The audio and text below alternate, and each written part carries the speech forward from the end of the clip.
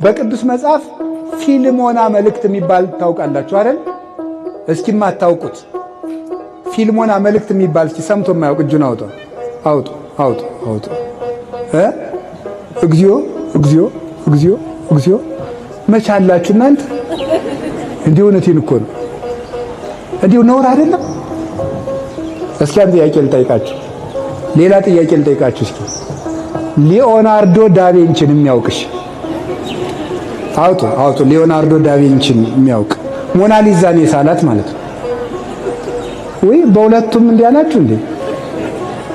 አውጡ እንጂ አውጡ። ሞናሊዛን ይሄን እዚህ ላይ በርታላችሁ። አሁን ሊዮናርዶ ዳቪንቺን እያወቃችሁ የአምላካችሁን መጽሐፍ አታውቁም? ነውር አይደለም? ነውር ነው። ተው በሞት እንተዋወቅ ከእግዚአብሔር ጋር። የእግዚአብሔርን መጽሐፍ እንዴት ነው የማታነቡት?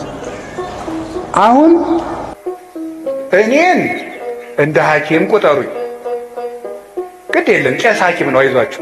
ስለ ራሱ እያወራ ነው እንዳይመስላችሁ። የለም እኔ ያልኩኝ አሁን ቄስ ሐኪም ነው የሚለውን ብቻ ነው። በቃ ዝም ብሎ አባ ገብረ ኪዳን የሚባለውን ፐርሰናሊቲ ተውትና ዝም ብሎ ሰው ቄስ አድርጉኝና ሐኪም ነው። አሁን መድኃኒት እያዘዝኩላችሁ ነው። በቀን አንዳንድ ክኒን ዋጡ ቢላችሁ ሐኪሙ ትውጣላችሁ? አትውጡ? በቀን አንዳንድ ምዕራፍ መጽሐፍ ቅዱስ ዋጡ። እሺ በሉ እንጂ እሺ። በሽተኛው ለሐኪሙ ሄዶ አሞኛል ምንክን ራሴ እንደገና 70% የበሽተኛው ህመም የሚታወቀው ከታካሚው ሂስትሪ ነው ይላሉ ሐኪሞቹ። እሱ ከሚያቀርበው ኢንፎርሜሽን ነው። በዚያ ካልተግባባ በሽታው አይገኝም። አሁን የገጠር ሰው ብዙ ጊዜ ሊታከም ሄዶ ባለመግባባቱ በሽታው አይገኝም። ምን ያደርጋል ሲል ይጎሸምጠኛል። ይሄ መጎሽመጥ ምን እንደሆነ እንግዲህ አይታወቅም በሐኪሙ ማለት ነው።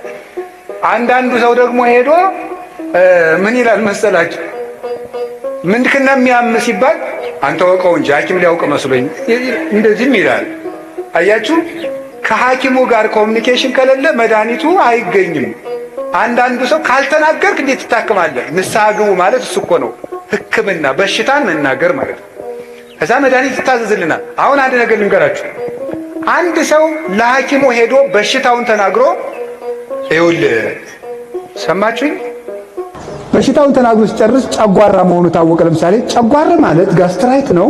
እሱ ማለት በምናምን ባክቴሪያ አድርጎ በምን ተነግሮ ሙከስ መንብሬን ሲላጥ ምን እንደዚህ ብሎ የሚመጣ ነገር ነው። እነዚህ ደግሞ ነገሮች ከእንትን ጋር ኮኔክት አድርገው ብሎ ያው ስለማላውቀው ብሎ ሌክቸር ቢሰጠውና በልቤት ክንድ ቢለው ሰውየው ይድናል አይድንም? አይድንም። የሚድነው መድኃኒት ሲያዝለትም። ስለ ጨጓራ በመስማት ጨጓራን መዳን አይቻልም። የጨጓራ መድኃኒት በመውሰድ ነው። ለጥንቃቄ ይረዳ ይሆናል። እየሰሙ ብቻ በመሄድ መዳን የለም። ሄዶ ማድረግ ነው። አንድ ምዕራፍ መጽሐፍ ቅዱስ በቀን አዝዤላችኋለሁ። እንግዲህ ያው እግዚአብሔርን እዚህ አዞናል። እንግዲህ መቼስ ከነ ኃጢአታችን ቢሆን እዚህ ተላላኪ አድርጎናል። አንድ ምዕራፍ መጽሐፍ ቅዱስ ለራሳችሁ እስቲ ቃል ግቡና አንድ ምዕራፍ መጽሐፍ ቅዱስ ሳላነብ አልተኛም ብላችሁ ለ24 ሰዓት አንድ ምዕራፍ መጽሐፍ ቅዱስ አንብቡ። እሺ፣ በጣም ጥሩ። ከዚያም እንግዲህ የፊልሞና መልእክት በመጽሐፍ ቅዱስ አንድ ምዕራፍ ያለው መጽሐፍ ቅዱስ ነው። ልክ እንደ ይሁዳ መልእክት ማለት ነውና በጣም የሚያስገርማችሁ ለምንድን ነው ፊልሞና መልእክት ከሁሉም መጽሐፍ ቅዱሶች ከሚያስገርመው ጠባዩ አንድ ባሪያንና አንድ ጌታን ለማስታረቅ የተጻፈ መጽሐፍ ነው። በጣም እኮ ነው የሚገርማችሁ። ስለ እርቅ ትልቅነት ነው አረሳችን። ፊልሞና የሚባል አንድ ትልቅ ሰው ነበር፣ ባለጸጋ። አናሲሞስ የሚባል ባሪያ ነበረው። ዛሬ ሰራተኛ ተብሏል። አሁን ያው መቼስ እንትን እያለ አይደል፣ ቀለም እየተቀባ ነው ሁሉ ነገር። አሁን ሰራተኛ ተብሏል። ደህና ነው ይሁን፣ ግድ የለም። አሁን ሰራተኛው አናሲሞስ፣ ባለጸጋው ፊልሞና ይባላል። ሁለቱ ተጣልተዋል። በቤተ ክርስቲያን በትውፊት ከብት አጥፍቶ ነው ይላሉ። ለማንኛውም ግን አንድ ባለጸጋና ሰራተኛው ተጣሉ። ቅዱስ ጳውሎስ ይሄንን ሰምቶ አናሲሞስን እንዲታረቀው የጻፈው አንድ ደብዳቤ ከመጽሐፍ ቅዱስ አንድ መጽሐፍ ቅዱስ ተብሎ ተቆጥሯል። በጣም ይገርማችኋል። አንድ ባለጸጋንና ሰራተኛውን ለማስታረቅ የተጻፈ ደብዳቤ ከመጽሐፍ ቅዱስ አንዱ ምዕራፍ ነው። ለምንድን ነው እንደዚህ የተደረገ? ሁለት ነገር ነው የምንረዳው ከፊልሞና መልእክት። አንደኛው ሰው ክቡር መሆኑን፣ ሁለተኛው እርቅ ትልቅ መሆኑን ነው የምንረዳው። እንዴት ሰው ለማስታረቅ የተጻፈ ደብዳቤ መጽሐፍ ቅዱስ ይጠረዛል? ሰው ክቡር ነው። ሎሌም ቢሆን ክቡር ነው። ሰው ሎሌም ቢሆን ሰራተኛም ቢሆን ክቡር ነው። ታረቅ፣ ከሰራተኛ ጋር ካልታረቅ ከእግዚአብሔር ጋር አትታረቅም ብሎ ጻፈልን። ሰራተኛ የበደለ ያጠፋብህ ሀብት ካለ እኔ እከፍልሃለሁ በእኔ ቁጠረው ብሎ ነው ቅዱስ ጳውሎስ ያስታረቀ። ዋስ ሆኖ ማስታረቅ። ስለዚህ ዘመዶቼ እርቅ ትልቅ ነገር ነው። ታረቁ። እርቅን የሚያደርጉ ሰዎች ብፁዓን ናቸው። እስኪ አንድ ጥያቄ ልጠይቃችሁ። አንድ ንጉሥ ፎቶ ይለጠፋል። ፎቶ ተለጥፎ የንጉሱን ፎቶ ስንቀድ የንጉሱ ወታደሮች ቢያዩን ሀ ይሸልሙናል፣ ለ ይቀጡናል። ምረጡ እንጂ። አቤት ለምን? አቤት የከተማ ሰው ሲናደድ የጓደኛውን ፎቶ ይቀዳል ይባላል። እውነት ነው ማለት አንድ ለምሳሌ ዘለቀ የሚባለው ምን የሆነ ተክሉም በሉት ብቻ የሆነ ሰው ጓደኛው ጋር ሲጣላ ድሮ ተማሪ ያሉ የተነሱ ፎቶ ካለ ቅድድድ ያደርጋል አሉ። እውነት ነው ሳይሆን አይቀርም። ጥያቄው ፎቶውን የሚቀደው ማንን በመበቀል ነው? ነገሩኝ እንጂ ፎቶውን በመናቅ ማንን እየናቀ ነው? በጣም ጥሩ። እንግዲያማ ሰው የማን ምስል ነው? ስለዚህ ሰውን ስንንቅ ማንን ነው የምንንቀው? እግዚአብሔር ነው የምንንቀው። ሰውን ጥለህ መጥተህ ሰውን ተጣልተህ አንት ምናምንቴ አንት ምናምን አንተ ወዘተርፈ በዘሩ ሰድበው፣ በድህነቱ ሰድበው፣ በመልኩ ሰድበው፣ በድንቁርናው ሰድበው ስትጨርስ እዚህ መጥተህ ደግሞ አባታችን ሆይ በሰማያት የምትኖር በደላችን ይቅር በለን እኛም የበደሉን ይቅር እንደምንል። ተው እንጂ። አንድ ካህን ሁለት ሰዎችን ለማስታረቅ ተቀምጠው ቢሉ አልታረቅላቸው አሉ። በሉ ለጸሎት እንነሳ አሉ። ለጸሎት ተነሱ። በሉ አባታችን ነው የሚል አባታችን ነው። ሳይታረቁ ነው እኮ በሰማያት የምትኖር ስምህ ይቀደስ፣ መንግሥትህ ትምጣ፣ ፈቃድ በሰማይ እንደሆነች እንዲሁም በምድር ትሁን፣ የዕለት እንጀራችንን ስጠን ዛሬ፣ በደላችንን ይቅር በለን እኛም በሕግ አምላክ እዚህ ላይ ያቆሙ አሉ ይባላል። ገብቷችሁ? ለምን እኛም የበደሉንን ምን እንላለው? ይቅር እንል ዘንድ የሚላለው። እግዚአብሔር ላይ ለምን ድራማ ትሰራለህ? ታረቅ። አቡነ ዘበሰማያትን አለማለት ኃጢአት ነው። ሳይታረቁ አቡነ ዘበሰማያት ማለት ደግሞ በእግዚአብሔር ላይ መዘበት ነው። እግዚአብሔር ደግሞ አይዘበትበትም አይደል ያለ ቅዱስ ጳውሎስ። ስለዚህ ሁላችንም እንታረቅ፣ ከዛሬ ጀምሮ እንታረቅ። እኔ የተጣሉ ሰዎች ገጥመውኝ ሳስታርቅ የምጠቀማት አንዲት ነገር አለች። ከጠቀመቻችሁ ልንገራችሁ። ሁለት ሰው ሊታረቁ ተቀምጠው እምቢ ካሉኝ አይ አባ አልገባህም፣ ሰውየው እኮ እንዲህ ያደረገኝ ሰው ነው ሲለኝ አንድ ጥያቄ ነው የምጠይቅ። ከክርስቶስ ትበልጣለህ ነው የምለው።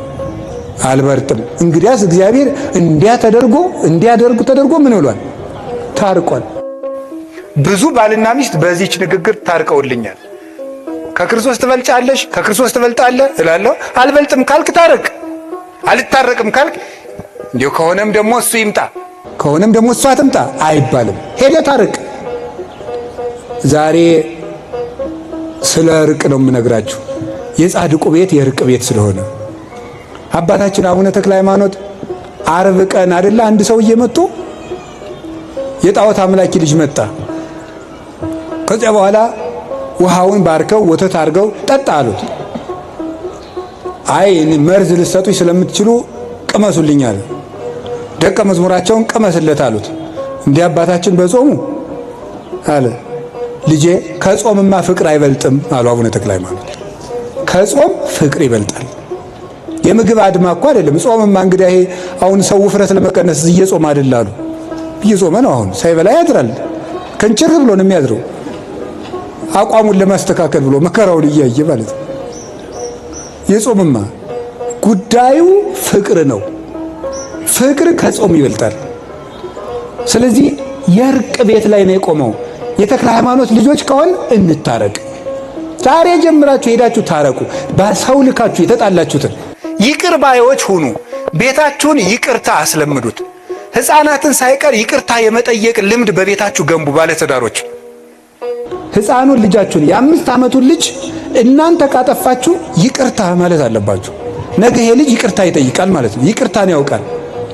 ባል ከልጆቹ ፊት ሚስቱን ይቅርታ ብሎ ማሳየት አለበት። ሚስት ከልጆቿ ፊት ይቅርታ፣ ነገ እሱ ባል ሲሆን ሚስቱን ይቅርታ እንዲጠይቅ፣ ነገ እሷ ሚስት ስትሆን ባሏን ይቅርታ እንድትጠይቅ። ይቅርታን ስላልተማርን ነው አሁን ይሄ ተራራ ልብ ይዘዝ ብለን እንደ ዶሮ አውራ ዶሮ ነው እንደዚህ ኩፍስ የሚለው። አውራ ዶሮ ይመስል ልባችንን አሳብጠን ነገ ክርስቶስ ለሚንደው። የእግዚአብሔር ልጅ የሚያደርገን እርቅ ነው። አሁንም ስለ እርቅ ትልቅ ነገር ሰውን መንቀፍ፣ በሰው ቂም መያዝ፣ ወንድምን መጸየፍ እግዚአብሔርን ከኛ ይሰውረዋል። ይገርማቸዋል። ሰውን በልብ ራሱ መታዘብ። አንድ መልአክ የሚገለጥለት አንድ ሰው ነበር። በጣም የተጠቀመ የበቃ ቅዱስ ነው። ደግሞ አንድ አስመሳይ ሰው ነበረ። ያ ሰው ጽድቅ ያደርጋል። የሚያደርግ ግን ሰው ሲያየው ነው። ወይም ጽድቅ የሚያደርገው ሰው እንዲያየው ነው። እና አንድ ቀን ያ መልአክ የሚገለጥለት የበቃው ቅዱስ ያኛው ለሰው ብሎ ጽድቅ የሚያደርገው ሰው ሲመጣ ሲያየው ኡፍ አለ። እንደዚያ ሲል መልአኩ ከፊቱ ተሰወረ። በኋላ ጸልዮ ሲገለጥለት እግዚአብሔር ለምኖ ሲገለጥለት ለምንድን ነው የተሰወርከኝ ሲለው ለምን ባልንጀራህን ትነቅፋለህ? ዛሬ ለሰው ብሎ ጽድቅ ቢሰራ ነገ ለእግዚአብሔር ብሎ መሰራት ይጀምራል። ልጅም እንደ ዕድሜው ነው የሚያስበው፣ ኃጢአተኛም እንደ አቅሙ ነው የሚያስበው። ማሳደግ ነው እንጂ መወርወር ምን ያደርጋል ነበር ያለው። ስለዚህ የእግዚአብሔር ቤተሰቦች ሰው ምን እንደሆነ ማን ያውቃል? የሰውን ልብ ማን ያውቀዋል? ጥልቅ ነውና ብሏል ነቢዩ ኤርምያስ። የሰውን ልብ የሚያውቅ የለም። ሰው ምኑ ነው ሰካራም እንደሆነ በምን ታውቃላችሁ? ዘመን ጥሎት ይሁን፣ አጥቶ ይሁን፣ ባስተዳደግ ተበድሎ ይሁን፣ አደጋ ደርሶበት ይሁን፣ ጎዳና ላይ የወጣ በምን እንደሆነ በምን ታውቃላችሁ? አናውቅም። ለማናውቀው ወንጀል እንዴት ፍርድ እንሰጣለን? ምክንያቱን እናውቃለን እኛ። ሰው ወዶ ሌባ ይሆናል ብላችሁ ነው? የሚሆንም ይኖራል። እንዘንለት ገሃነምን ባያውቅ ነው ብለን እንታረቅ፣ ሰውንም እናስታርቅ።